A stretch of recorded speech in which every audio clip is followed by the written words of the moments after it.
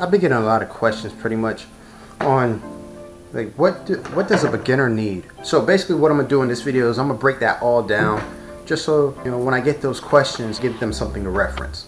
The first thing that I like to think of when it comes to choosing a kayak, where am I going to store it, right? Because that's really going to dictate what I actually get. If we take a look at this diagram here, if I have a 15 foot by 12 foot area, I know right off the bat the largest kayak I could get is 13 feet. And the reason why I won't get a 14 or 15 foot kayak is for the simple fact that I would like to have room to walk around it. The next thing that you want to take into account is what exactly am I going to use it for? What's its intended purpose? The next two things that I'm looking for right off the bat, safety and comfort. From there it comes to price.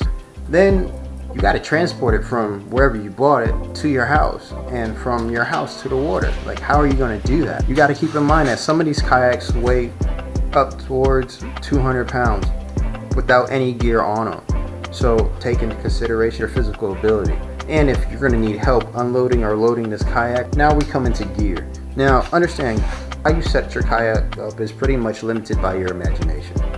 Don't rush off and buy all this stuff. You really don't want to stray too far from the two basic principles, safety and comfort. So you want to get a life jacket. This is my PDF.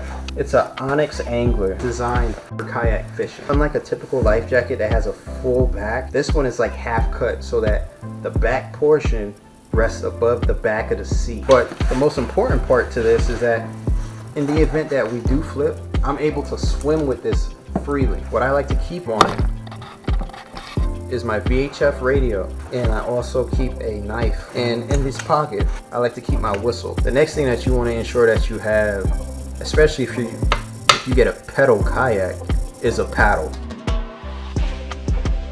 The fish finder that I like to use is the Garmin 44CV Echo Map. Batteries I like to use are from PowerSonic. When it comes to my tackle box, I like to keep my assortment of completely hooked lures on top here.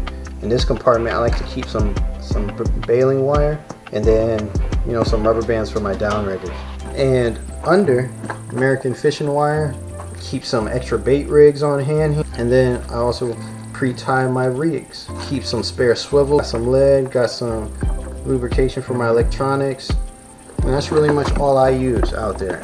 The reel I like to use for my bait pole, Quantum Optics 60. The pole itself, it's made by Shakespeare Ugly Stick. It's a Tiger Elite, 6 foot 9 inches long, and it's rated 10 to 25 pounds. My reel and my pole setup, I use a Penn Squall 50, with the 50 represents 300 yards of 50-pound mono. The Ugly Stick by Shakespeare, the Tiger Elite, extra heavy, rated for 1 to 200 pounds.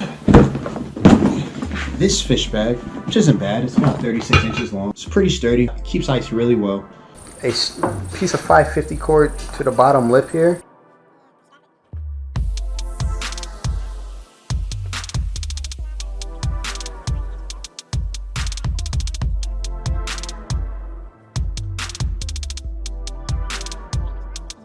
So when I'm not using my bait tank, I use a bait tube. What this is it's just a 4-inch diameter by 2-foot piece of ABS pipe. What I did is I just drilled holes in it, put a storm grate as I attached a bungee cord through the lip here so that it pretty much stays shut. And when I put my bait in here, I put the tail in first. The head of the fish that I put in here is facing the direction of travel.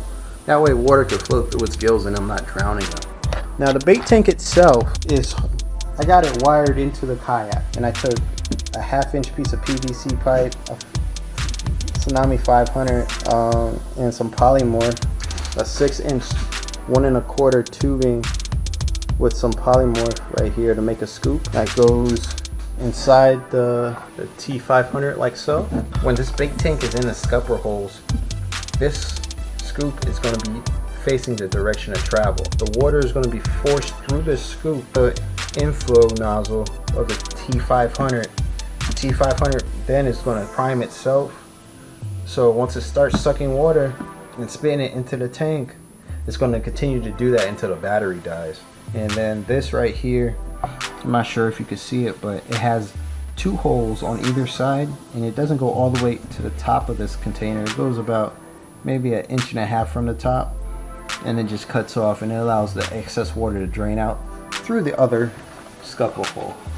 So it just conveniently fits in between there. Whenever I use my wheels, this is how I store them during the day while I'm on the water.